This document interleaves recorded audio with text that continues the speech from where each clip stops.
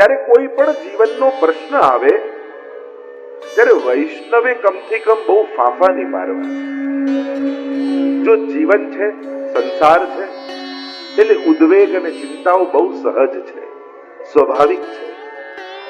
કારણ કે જીવન આપણી ધારણા પ્રમાણે ચાલતું નથી. કોઈ ગમે તેટલો બુદ્ધિશાળી વ્યક્તિ કેમ ન હોય, કેટલાય જિંદગીના પ્લાનિંગ કરીને કેમ ન રાખ્યા હોય, પણ જીવન એના પ્લાનિંગ પ્રમાણે ચાલતું નથી. ક્યારે કયા મોડ ઉપર વળાંક લઈ લે કોને ખબર. એટલે જીવન હંમેશા સરપ્રાઈઝ આપતું જ રહે અને આપણે ઉત્તરો શોધવાના હોય પૂછેલા પ્રશ્નોના. અને એવા સમયે વૈષ્ણવે બહુ ફાંફા નહીં મારવા. એક વસ્તુ સમજી લો,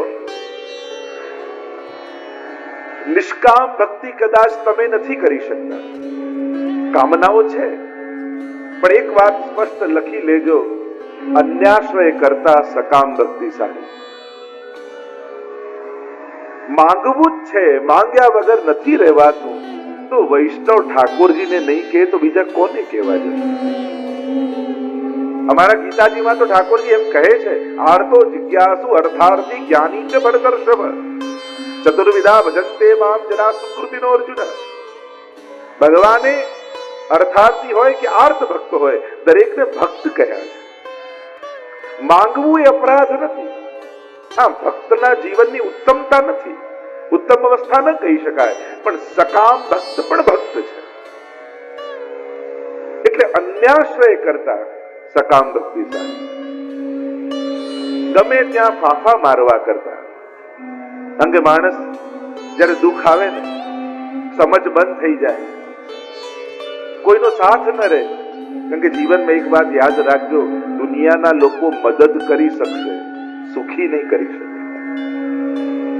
તમને કોઈ આવીને દુઃખના સમય એમ કહેશે કે મારાથી થશે એટલી મદદ કરીશ, પણ કોઈ એવી ગેરંટી ના આપી શકે કે હું તને સુખી કરીશ. સુખી કરનારા કેવલ પરમાત્મા. સુખ કેવલ ભગવાનના હાથમાં છે. દુનિયા મદદ કરી શકે.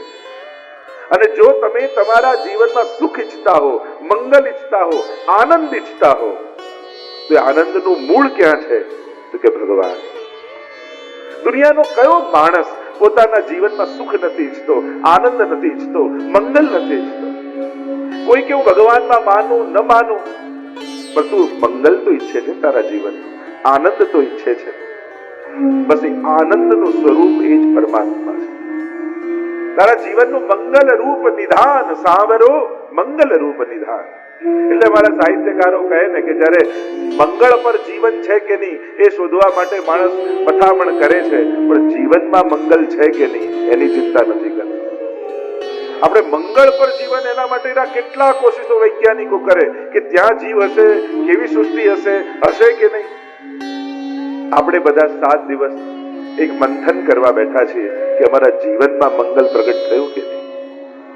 અને મંગલ રૂપ નિધાન, મંગલમ ભગવાન વિષ્ણુ મંગલમ ગરુડધ્વજ. આપણા જીવનનું મંગલ કરનારા પરમાત્મા છે. અને એટલા માટે એક વસ્તુ સમજી લો, તમે જીવનમાં ગમે તેટલા પાપ કર્યા હોય, ગમે તેવું ઘોર અજ્ઞાન હોય, પણ ભગવાન પાસે જવાનો યા ભગવાન માટે કાર્ય કરવાનો અવસર જીવનમાં મળે ને, ત્યારે પોતાના અપરાધ યા પોતાના અજ્ઞાનનો વિચાર કરીને અટકી ન જતા. જ્યારે પણ તક મળે ભગવાન પાસે જવાની, ભગવત કાર્ય કરવાની, સત્સંગ કરવાની, સેવા કરવાની, ત્યારે આપણે બધા પોતાના અપરાધોને યાદ કરીને અટકી જઈએ. પોતાનું અજ્ઞાન, અમને તો કાંઈ આવડતું નથી, અમે તો આટલા અપરાધ, આવું વ્યસન, અમારી અંદર આવી આદત, અમારા આવા પાપ. એક વસ્તુ યાદ રાખજો, પાપમાંથી મુક્ત કરનારું કોઈ હોય તે પરમાત્મા સિવાય બીજું કોઈ નથી. અહં ત્વા સર્વ પાપેભ્યો મોક્ષયિષ્યામિ મા શુચઃ. ગીતાજીમાં ભગવાન જાણે 2 હાથ 2 બાહુ ફેલાવીને આમંત્રિત કરે છે. જીવ કહે કે મેં તો અનેક પાપ કર્યા છે, હું કેમ આપની પાસે આવું? ભગવાન કહે એટલે જ તો કહું છું, કેવલ મારી પાસે આવ. કારણ કે મારા સિવાય તને પાપમાંથી છોડાવી શકે એવું કોઈ નથી. એટલે ભગવાન પાસે જવાનો અવસર મળે ત્યારે પોતાના અપરાધોને યાદ કરીને બેઠા ન રહેતા, પોતાની અજ્ઞાનતાને યાદ કરીને બેઠા ન રહેતા. અવસર આવ્યો છે, માનો ભગવાનનું આમંત્રણ આવ્યું, જોડાઈ દે, લાગી દે. પ્રભુ સિવાય આપણું મંગલ કરનારું બીજું કોણ? અને એટલા માટે ખાસ યુવાન ભાઈ બહેનોને કહીશ, બીજું કાંઈ તમે બહુ ન કરી શકો તો અમારા મહાપ્રભુજી કહે છે કે સન્મુખતા રાખો ઠાકોરજી. 5 મિનિટ પણ ઠાકોરજી આગળ ઊભા જરૂર રહે. જો આપણને જ્યારે ભગવાન દેખાશે બધું પછીની વાત, પણ એ મને જોઈ રહ્યો છે એવો ભાવ રાખીને પણ 5 મિનિટ ઊભા રહો.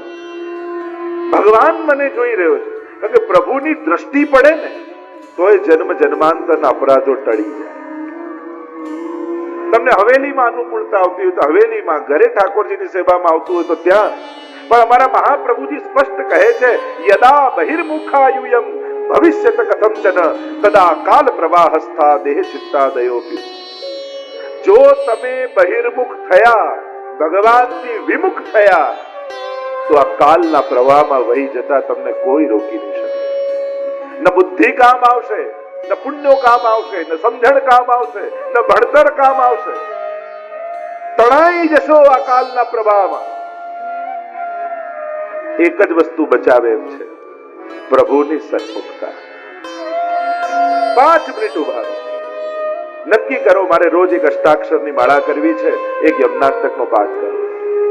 તમે બધા શિક્ષાપત્રના સત્સંગમાં બેઠા છો, હરિરાયજીની સન્મુખ તમે બેઠા છો. યુવાનોને કહું, સંકલ્પ કરો. કારણ કે અત્યારના સમયમાં કોઈ બચાવી શકે એમ હોય, સૌભાગ્ય આપનારું કોઈ તત્વ હોય, તે ભગવદ આશ્રય છે. નિયમ બનાવો. 10 મિનિટ એ જ ઉભા રહો કે ભગવાન મને જોઈ રહ્યો છે. અને પ્રભુની દ્રષ્ટિ જેના પર પડે ને એના અમંગલનો નાશ થઈ જતો હોય. તમે જો એમ ઈચ્છતા હો કે તમારું દુર્ભાગ્ય ટળી જાય તો એક જ રસ્તો ને એક જ જગ્યા છે, એ છે ભગવાનની સન્મુખતા.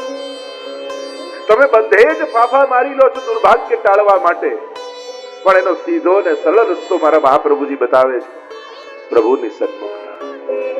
આ સૌથી સરળ અને ઉત્તમ રસ્તો છે. આપણા ઘરે ઠાકોરજી બિરાજ્યા છે. અરે તમારા ઘરે કોઈ 2 દિવસ માટે મહેમાન આવ્યું હોય ને, અને તમે એને જોયા વગર નીકળી જાઓ ઓફિસે, તો એને ખોટું લાગી જાય. અરે એના ઘરે રહેવા એને અમને જોતાય નથી. અને આ તો જગતનો નાથ, વૈકુંઠની બધી સુવિધાઓ છોડી તમારા રસોડાના 2x2 ખાનામાં રહેવા તૈયાર થયો, અને તોય તમે એની સામે ન જુઓ. આ એનું અપમાન નથી? એ બધું જ પોતાની સુખ સગવડતા વૈકુંઠની છોડી તમારા ઘરે રહેવા તૈયાર થયો, અને તમે સામે ન જુઓ. આટલો સંકલ્પ જરૂર કરજો. બીજું કાંઈ ના થાય તો સન્મુખ આવી દંડવત કરીને નીકળી જજો. વંદન પણ એક ભક્તિ છે. બીજું કાંઈ ના થાય તો વંદન કરો. બસ નવદા ભક્તિમાં વંદન પણ એક ભક્તિ છે. કેવળ વંદન કરવા માત્રથી સૌભાગ્ય નીકળી જાય. આ દુર્ભાગ્યની જે ઊંધી રેખાઓ હોય ને, તમે પેલું સ્ટેમ્પ જુઓ તો સ્ટેમ્પમાં બધા અક્ષર ઊંધા દેખાય, પણ એને સહી લગાડીને જ્યારે મારો તો બધા સીધા થઈ જાય. એમાં દુર્ભાગ્યની ઊંધી રેખાઓ કપાળ પર લખી હોય ને, જ્યારે ઠાકોરજીને દંડવત કરીને માથું ઝુકાવો તો ઊંધી રેખાઓ બધી ઠાકોરજી સીધી કરી દે. દુર્ભાગ્ય સૌભાગ્યમાં ફેરવાઈ જાય. અને ભરોસો ના આવતા હોય તો કરી જુઓ પ્રેક્ટિકલ. હજી 7 દિવસ હું છું, નહીં તો પકડજો મને કે આપ તો કહી ગયા કઈ થયું તો નહીં. એક ભગવાન જ એવા છે જે દુર્ભાગ્ય ટાળી શકે. કોઈ એમ કહેતું હોય કે કર્મ ટળે નહીં, ભાગ્ય ટળે નહીં. કોઈ ઘણા એમ માને કે કર્મ જે કર્યું છે ભોગવવા જ પડે. કોઈ એમ કે ભાગ્યમાં લખ્યું છે એનાથી વધારે ના જ મળે. એવું નથી. શાસ્ત્ર વાંચો તો ભગવાન કહે, હું તને તારા કર્મોમાંથી પણ મુક્ત કરાવીશ. અહમ ત્વા સર્વ પાપેભ્યો મોક્ષયિષ્યામિ. મુક્ત કરું છું. જો જરૂરી નથી કે કર્મ કરો એ જ મળે, જરૂરી નથી કે ભાગ્યમાં લખ્યું હોય એ જ મળે. ઘણીવાર ઘણાના આશીર્વાદો ફળી જતા હોય, ઘણીવાર ફેરવેલી માળાઓ ફળી જતી હોય છે, ઘણીવાર કોઈ ભગવત સ્વરૂપની સન્મુખતા ફળી જતી હોય છે, ઘણીવાર કોઈ તીર્થનો વાસ ફળી જતો હોય છે, ઘણીવાર કોઈની દુઆ કામ કરી જતી હોય છે. આપણા શાસ્ત્રોમાં જુઓ તો અનેક પ્રકારથી સૌભાગ્યની પ્રાપ્તિ કહી. કોઈના આશીર્વાદ એવા મળી જાય કે ભાગ્યની રેખાઓ બદલાઈ. અને એટલા માટે શ્રેષ્ઠતમ કોઈ સ્થાન છે તો એ પ્રભુનું સાનિધ્ય છે, પ્રભુની સન્મુખતા છે. આ ત્રણ વસ્તુ જેના જીવનમાં બની રહે ને એનું કલયુગ કાંઈ ન બગાડી શકે. એક ગુરુનું સાનિધ્ય, વૈષ્ણવનો સંગ અને શ્રીજીની સન્મુખતા. આ ત્રણ વસ્તુ જીવનમાં બની રહી છે. શ્રી હરિરાય મહાપ્રભુજી શિક્ષાપત્રના માધ્યમથી અનેકવિધ પ્રકારથી આપણને આ સદુપદેશ કરી રહ્યા છે. મેં પહેલા જ કહ્યું, કહેવાના દરેક પ્રકાર એ આદેશ હોય, ઉપદેશ હોય, સંદેશ હોય, સલાહ હોય, સંકેત હોય, સૂચન હોય, અનેક પ્રકારથી શ્રી હરિરાય મહાપ્રભુજી કૃપા કરે. પ્રથમ શિક્ષાપત્રમાં વૈષ્ણવના કર્તવ્ય શીખવા સમજાયા. 24 શ્લોકમાં આ પુષ્ટિ ભક્તોના કર્તવ્ય શું, આપણી ફરજો શું, વૈષ્ણવમાં કેવા લક્ષણ હોવા જોઈએ એની ચર્ચા શ્રી હરિરાય મહાપ્રભુજી કરે. જો દીક્ષાના શાસ્ત્રોમાં અનેક પ્રકાર બતાવે છે. મંત્ર દીક્ષા હોય, માનસી દીક્ષા હોય, દ્રષ્ટિ દીક્ષા હોય, સ્પર્શ દીક્ષા હોય, એમ ઉપદેશ દીક્ષા પણ કહી છે. દીક્ષાના 5 પ્રકાર કયા છે? મંત્ર દીક્ષા, સ્પર્શ દીક્ષા, દ્રષ્ટિ દીક્ષા, માનસી દીક્ષા અને ઉપદેશ દીક્ષા. આ ઉપદેશ પણ એક પ્રકારની દીક્ષા છે, જેનાથી જીવનને દિશા મળે એ જ દીક્ષા છે. હરિરાય મહાપ્રભુજી શિક્ષાપત્ર દ્વારા આપણને ઉપદેશ દીક્ષા આપી રહ્યા છે. અનેક શાસ્ત્રોમાં દીક્ષાના અનેક પ્રકાર કયા છે. જેમ મંત્ર આપવામાં આવે એક દીક્ષાનો પ્રકાર કયો. સ્પર્શ દીક્ષા ઘણીવાર ચરણનો અંગુષ્ઠ મસ્તક પર લગાવીને એ પ્રકારની દીક્ષા ઘણી જગ્યાએ હોય છે. સ્પર્શ દીક્ષા કહેવાય. જેમ એક પક્ષી ઈંડાને સેવે અને ઈંડામાંથી જીવન પ્રગટ થાય એ રીતની સ્પર્શ દીક્ષા. માનસી દીક્ષા, ઘણા એમ કહેવાય કે કાચબા એવા હોય કે ઈંડા જલ માટીમાં રાખે ને પોતે પાણીમાં હોય અને એનું ચિંતન કરે, ચિંતન કરવા માત્રથી એને સેવી લે. એમ ગુરુ ઘણીવાર કેવલ તમારી ઠાકોરજી આગળ સુધી લે તોય તમે દીક્ષિત થઈ જાઓ, એવો પણ એક પ્રકાર છે. એમ દ્રષ્ટિ દીક્ષા, દ્રષ્ટિપાત દ્વારા. 5મો પ્રકાર કયો છે? ઉપદેશ દીક્ષા. જેના ઉપદેશ થકી જીવન ભગવાન તરફ જાય એ આપણો ઉપદેશ દીક્ષા ગુરુ છે. ત્યાંની પ્રેરણા થકી મારા જીવનમાં ભગવાન પ્રવેશે. આના વિચાર થકી, આના ઉચ્ચાર થકી, આના પ્રેરણા થકી હું ભગવાનનો થયો. આ શિક્ષાપત્ર આપણને બધાને હરિરાય મહાપ્રભુજી આપેલી ઉપદેશ દીક્ષા છે. અને એટલા માટે 7મા દિવસે કદાચ આપણે બધા જ શ્રી હરિરાય મહાપ્રભુજીના સેવક થઈ જઈશું. કારણ કે આ 41 પત્રો દ્વારા એને આપણને દીક્ષિત કર્યા છે. ગઈકાલે પ્રવેશ કર્યો હતો પ્રથમ શિક્ષાપત્રમાં. આપ લોકોની પાસે પુસ્તિકા છે. જે ભૂલી ગયા હોય હવે કાલથી ભૂલતા નહીં, કારણ કે આપણે એક શ્લોકોનું ગાન કરવું છે. એટલે જે ધારણા મનમાં બંધાયેલી છે દરેકને કે આ બધું અઘરું છે, કઠિન છે, અમને ન આવડે, એ તૂટી જાય. આપણે લોકો શ્લોક ગાતા થઈ જઈએ.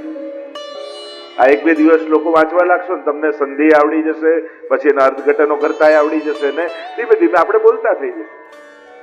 કોઈ વસ્તુ મૂકી દેવાથી ક્યારે આવડવાની નથી. જે નથી આવડતું એને વધારે વાર કરવું જોઈએ, જેથી એ વસ્તુ આવડી જાય. ઘણી વાર લોકોને કહે કે સર્વોત્તમજીનો પાઠ કરો ને, ના બહુ અઘરું, અમને આવડતું નથી. તો એમને એવું જ કહું તો કોઈ એવી સવાર થવાની છે કે અચાનક તમે બોલતા બોલતા જાગશો ને તમને આવડી જશે? નથી આવડતું તો એને વધારે વાર કરો. મારે આ શીખવું છે, મારે આ કરવું છે, મારે મારો ધર્મ જાણવો છે, આ આગ્રહ આપણા બધાની અંદર હોવો જોઈએ. આ આપણને એમ હોવું જોઈએ કે મારે મારો ધર્મ જાણવો છે. આ તકલીફ એ થાય, ઘણા લોકો પોતપોતાના ધર્મની ચર્ચા કરે ને આપણે કઈ બોલી ન શકીએ, આપણે સમજાવી ન શકીએ. શ્રીનાથજી કોણ, મહાપ્રભુજી કોણ, પુષ્ટિ માર્ગ શું છે? દરેકની અંદર એ હોવું જોઈએ કે રોજ જેને જઈને હું માથું ઝુકાવું છું, જેની કૃપા થકી આ પુષ્ટિ ભક્તિનો માર્ગ મળ્યો છે, મારે મારા ગુરુ મહાપ્રભુજીને જાણવા છે, મારે મારા ઈષ્ટ શ્રીનાથજીને જાણવા છે, મારે આ પુષ્ટિ ભક્તિના સિદ્ધાંતો સમજવા છે. આપણને આગ્રહ જાગવો જોઈએ. આગ્રહ હોય એને જ ઉપર અનુગ્રહ થાય. હરિરાય મહાપ્રભુજી 10 કર્તવ્યોની ચર્ચા કરે છે 24 શ્લોકમાં પ્રધાન રૂપે. ગઈકાલે જેમ જોયું, સદોદ્વિગ્ન મનઃ, જેનું મન અહંતા મમતાત્મક સંસારમાં ઉદ્વેગિત રહેતું હોય, અહંતા મમતાને કારણે, કારણ કે હજી મનમાંથી લાલસાઓ ગઈ નથી, ઈચ્છાઓ ગઈ નથી, ભગવત પ્રેમ હજી પ્રગટ થયો નથી, અને એટલા માટે એને તત્પરતા છે ચિત્તમાં. બીજું લક્ષણ કહ્યું, બીજું કર્તવ્ય કહ્યું, કૃષ્ણ દર્શને ક્લિષ્ટ માનસા, જેનું ચિત્ત સદાય કૃષ્ણ દર્શન માટે લાલાયિત રહેતું, સતત તાપ રહેતો હોય જેને, ક્યારે ભગવત દર્શન મને થશે. આપણને ભગવાન એટલા માટે જ મળતા નથી કારણ કે આપણને ભગવાન વગર ચાલે છે. એટલા માટે જે દિવસે આપણને એમ થશે કે હવે પ્રભુ વગર નહીં રહેવાય, એ દિવસે પ્રભુ પણ તમારા વગર નહીં રહી શકે. આપણને એમ થાય આજે નહીં તો કાલે, કાલે નહીં તો પરમ દિવસે. જો કોઈ ગમે તેટલા મોટા મા બાપ નો દીકરો હોય, 10મા 12માં આવે તો મા બાપ એમ નથી કેતા બેટા 2-4 વર્ષ 12માં કાઢી દઈશ તો ચિંતા નથી, ઘણા રૂપિયા પડ્યા છે. એ તો એમ કે તને ક્લાસ ભરાવું, ટ્યુશન કરાવું, પર્સનલ ટ્યુશન રખાવું, આ જ વર્ષે નીકળી જજે. એમ ગુરુને પણ એમ થાય, પોતાના શિષ્યને કહે આ જ જન્મમાં નીકળી જજે. માણસ જો છોકરો 1 વર્ષે ફેલ થાય ને, પાછું એ ધોરણમાં જવાનું થાય ને, તો એને શરમ આવે કે પાછું એ ધોરણમાં જવાનું, એને સંકોચ થાય, જતો ગભરાય. અને અમારા આચાર્યો કહે કે જીવ, તું વારે ઘડીએ ફેલ થઈ પાછો જન્મ લઈ માના ગર્ભથી આ ભૂતલ પર આવે છે, તને શરમ નથી આવતી? એ જ ધોરણમાં ફરી પુનરપી જનનમ પુનરપી મરણમ પુનરપી જનની જઠરે શયનમ, એ જ ચક્રમાં નાપાસ થતો એ જ ધોરણમાં પાછો, એ જ ધોરણમાં પાછો, એ જ ધોરણમાં પાછો. તને સંકોચે નથી થતો? વૃથા જન્મ ગવાયો, જન્મ સબ બાતન બીત ગયો. એટલે તો પુષ્ટિ માર્ગમાં આરતી લેતા નથી. જ્યાં પૂજા હોય ને ત્યાં આરતી લઈએ તો ફળ મળે પૂજાનું. પુષ્ટિ માર્ગમાં નજર ઉતારવાના ભાવથી આરતી થાય છે, એટલે આપણે ત્યાં આરતી લેવાતી. અને નજર ઉતારેલું ના લેવાય. રાયલું નામ કોઈ ઉતારો, પછી થોડો પ્રસાદ આપો છો બધાને, એ તો ખૂણામાં મૂકી દેવાનો. અને એટલા માટે ત્યાં સેવા હોય, ઘણી ક્રિયાઓ સમાન લાગે પણ એની ભાવના જુદી હોય. જ્યાં ભાગવતજીનું પૂજન થતું હોય તો ભાગવતજીની આરતી લેવાય, કારણ કે ત્યાં પૂજા છે. પણ જ્યાં ઠાકોરજીની સેવા થતી હોય ત્યાં નજર ઉતારવાના ભાવથી, વિરહના ભાવથી આરતી કરાય, એટલે આરતી લેતા નથી. गोपियां कहने लगी कि प्रभु पूरे दिन का हमारा विरह और आरती रूप से हम आपको नजर उतारती हैं, आरती उतारती हैं, और आपका वह सुंदर मुखारविंद वो देखते समय हमारी पलक बंद होती है. अरे पापण बंद थाय तो गोपियों कहे हमने क्यों लागे त्रुटिर युगायते त्वाम अवश्यता. मानो त्रुटि જેટલો સમય પણ યુગ જેવો અમને લાગે. કૃષ્ણ દર્શને કૃષ્ણ માનસ, આ અવસ્થા છે કૃષ્ણ દર્શન લાલસા. ગોપીઓની આ લાલસા છે. આપણે તો દર્શન કરવા હવેલીમાં જઈએ ને તો દોડતા જઈએ, ઠાકોર સામે ઉભા રહી અને મુખારવિંદના એ સ્વરૂપાનંદનો અનુભવ જ્યારે ભક્ત કરે ત્યારે એ આનંદને અનુભવ કરતા ભક્તને બ્રહ્માનંદ તુચ્છ લાગવા માંડે, મોક્ષાનંદ તુચ્છ લાગવા માંડે. એટલે ચારે પ્રકારની જે મુક્તિ છે ને એ ભગવાનના મુખારવિંદ પર નોછાવર કરીને ફેંકી દે કે મુક્તિ જેને જોઈતી હોય લઈ જાય, મારે તો ભજનાનંદનો આનંદ લેવો. હરિના જન તો મુક્તિ ન માંગે, માંગે જન્મ અવતાર. અહીંયા તો વારે ઘડીએ જન્મ લેવું છે, વૈષ્ણવ કુળમાં જન્મ લેવો છે, ઠાકોરજીની સેવા કરવી. આ કૃષ્ણ દર્શને ક્લિષ્ટ માનસા છે. અમારા વૃત્રાસુર જુઓ, વૃત્રાસુર ચતુશ્લોકી મહાપ્રભુજી વૈષ્ણવના ધર્મ, અર્થ, કામ અને મોક્ષ ચારે બતાવે. પુષ્ટિ માર્ગે હરિર્દાસ્યમ ધર્મ અર્થો હરિરેવહી કામો હરિર્દૃક્ષૈવ મોક્ષ કૃષ્ણસ્ય ચેદ્રુવમ. એક છે સાધારણ જીવના 4 પુરુષાર્થ, ધર્મ, અર્થ, કામ અને મોક્ષ. એક સાધારણ જીવના, બીજા છે વૈષ્ણવના. વૈષ્ણવનો ધર્મ કયો? સર્વદા સર્વભાવેન ભજનીયો વ્રજાદિપ સત્યાયમેવ ધર્મો હિ નાન્યક્વાપી કદાચન. ભગવત સેવા એ જ પરમ ધર્મ. અર્થો હરિરેવહિ.